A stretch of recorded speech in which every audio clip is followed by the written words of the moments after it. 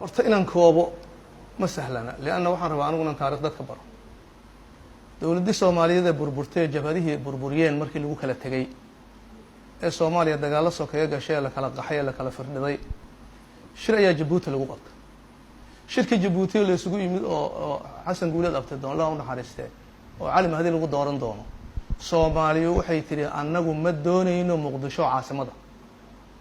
waana la ku dilay waana la ku dhacay hantideena ayaa lagu burburiyey waa ku kala tagnay ma doonayno dadaal dheer ayaa loo galay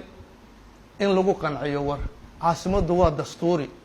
dastuuray ku timid iyo afti dadweyne kuma imaanin rabitaan qof iyo kooxe in caasimadii soomaaliyeed aan lala dirinin muqdisho ma dagaalamin dhul ma dagaalamin dadaa dagaalamaya caasimadda in la dhowro soomaalida waa aqbashay soomaalida markay aqbashay haddana waxaa ku xigay shirki kale ee cabdulqaasim salaad xasan madaxweynaha oo ahay sidii oo kale loogu ballamay intaas maqaam ha loo sameeyaa la dhahay maqaamka ha la sameeyo waray noqotay buu ku qoran ilaa dowladdii aan anigu ra-iisul wasaaraha ka ahay la dhisay ee haddana lagu qoray axdi qarameedkii inay maqaam loo baahan yahay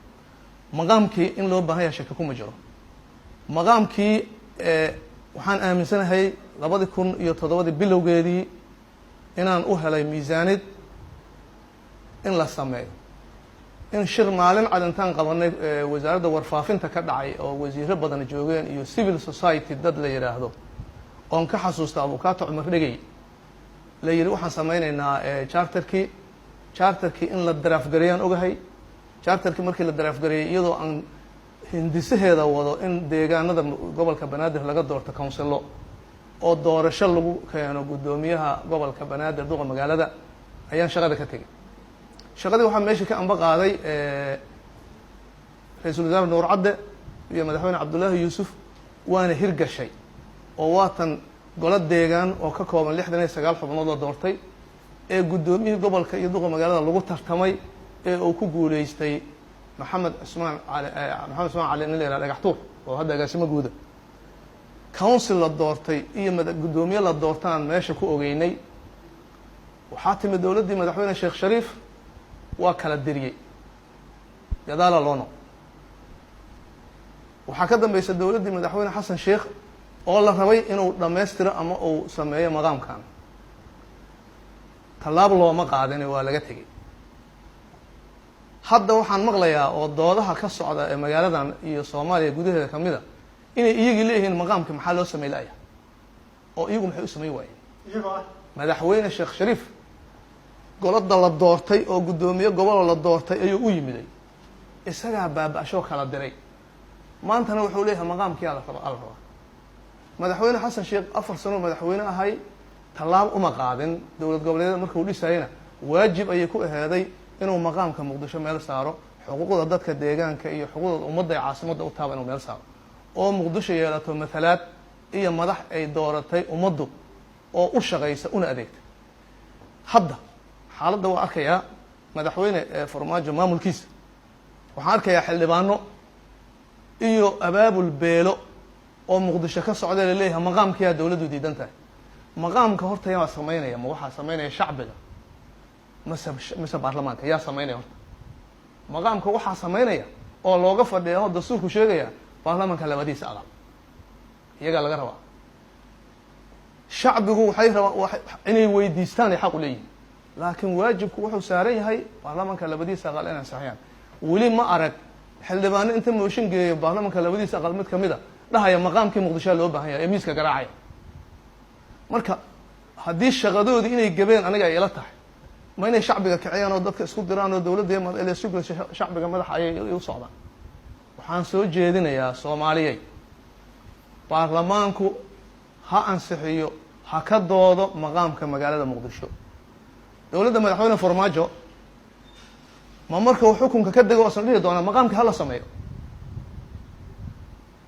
intuu madaxweynaha yahaa laga rabaa in maqaamkii muqdisho la helo inay ummaddaani matalaad yeelato in 3 ilaa 4 milyan oo shacbiyahu ayna matalaad lahayn inayna adeegyo bulsho iyo ummaday doorato ay la xisaabtami karta aanay lahayn marka waxaan qabaa anigu jaalle xildhibaano saaxiibaday shaqadoodii waa qaban waayeen iyo shacbiga iyo dowladda isku dirine waxaa la iska rabaa in loo wada guntado oo madaxweyne farmaajo iyo dowladdiisa iyo baarlamanka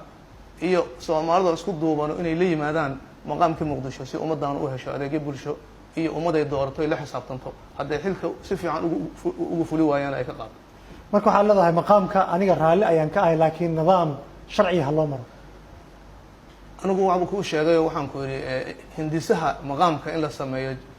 charterkiisii ama dastuurkiisii weli combyuterkayga ku jiraa. aqoon-yahanadii sameeyena waa joogaan magaaladay joogaan waa kuu sheegay waxaa kamid ah abukaata cumar regi waa la hayaa. marka haddiiba hindisihii jiro dowladda laga rabaa inay la timaado go-aan inay qaadato ee sharciga ay mariso ee labada aqal ee baarlamaanka ansixiyaan ummaddaanu si u hesho matalaad iyo xuquuqda ay ku leeyihiin dalkooda iyo dadkooda. marka anigu ma qabo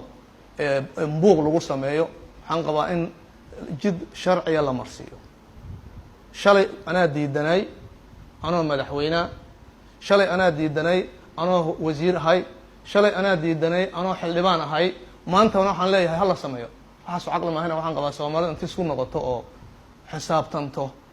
madaxda qaranka ee maanta jirtana iyo iyaguna kuwan hadda sheegayo kale biri noqon markay xilka ka tagaan ay dhadhihin hala sameeye ha lagu dhaqaaqan qabaa. dadka hadda ka shaqaynaya samaynta maqaamka waxay isugu jiraan xildhibaano deegaanka ka soo jeeda iyo kuwo kale oo aragti ahaan aaminsan in gobolkan maqaam loo sameeyo. ma la xiriirtay oo aragti iyo fikir iyo ma la wadaagtay si wax qurux badan loo helo? anigu mar kasta waa ku taliyaa waxa wanaagsan ee ummadda wadan ah. maqaamka muqdishona dhowr jeer ayaan cabiray. maqaamka muqdisho buuq iyo qaylo iyo fiiri hay-aduhu shaqada waa kala leeyihin. maxaa shaqa isugu daray xildhibaano iyo qaybo bulsho iyo madax dhaqameedyo iyo maxaa isugu daray shaqada? waxaan arkaya anigu hadda maalin dhaweed markii shirka u dambeeyay anoo jooga ee South Africa waxaan arkaya xildhibaano dhahaya shacbigo waxaad rabtaanaan samaynaynaa oo waxay rabaan waa horeba loo wakiishay oo shaqada maxay u qabay xildhibaanada dhahaya hadda waxaad noo dirtaanaan qabanaynaa waa aragtana filaya horaba loogu igmaday aw shaqadoodii. marka waxa weeye anigu waxaan qabaa wuxuu nidaamay rabaane hiddi hoobe iyo iska dabayac ma rabto wuxuu nidaamay u baahan yihin. waxaa la rabaa anigu waxaan ogahay in gobolka banaadir uu gacanta ku hayay, in wasaaradda arrimaha gudaha uu la wadaagayay, in golaha wasiirada la geeyo baarlamanka loo gudbiyo maqaamka broseskaasay rabtaa. waxaa jirta aragti aada usoo xoogeysanaysa oo ah gobolka banaadir markii laga soo gudbo caasimadda magaalada muqdisho ah gobolka banaadir dad gaara inay leeyihiin fikirkaas ma qabtaa? soomaalidu saddex way. qof deegaankan asalkiiba loogu yimid oo u dhashay, qof yimid ee xuquuq ku yeesha, iyo qof ku dhashay oo xuquuq ku yeesha. saddexdaas kategoriyaa dalka kan jirta. waagay deegaan ahayd qabiil gobonnimada intaan la qaadan ayay ahadaa qabiil ka talinaya. markii dowlad la noqday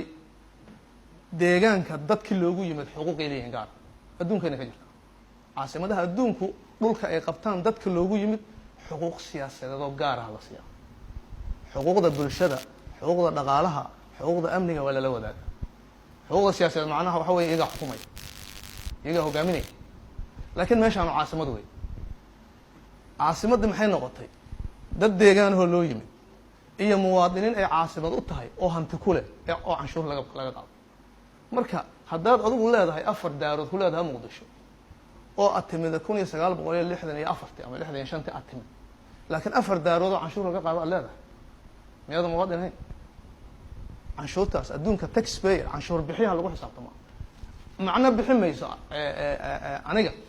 inaan ku dhasho muxuu ahay banaadir meelaan anigu xamaran ku dhashay inaan meel kale ku dhasho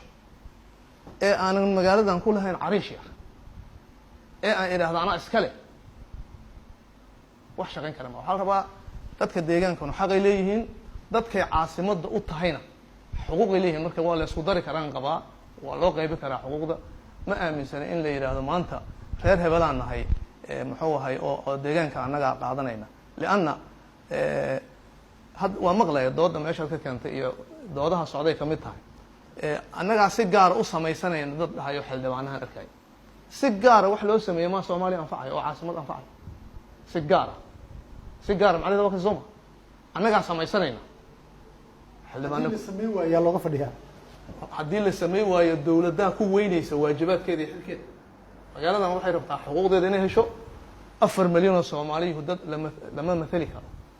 xuquuqna ma leh dhihi kara ma jiro. waa tahay shacbigu awood uu leeyahay ma haddii sidan ay ku sii socotana waxaa imaan karta in reaction uu yimaado falcelis shacbiin uu yimaado. marka haddii dowladdu sameyn weyso tan ku xigtaa samaynaysa laakiin fawda la samaynaya markaasaa magaalada lagu kala tegaya caqli maahan qabaan.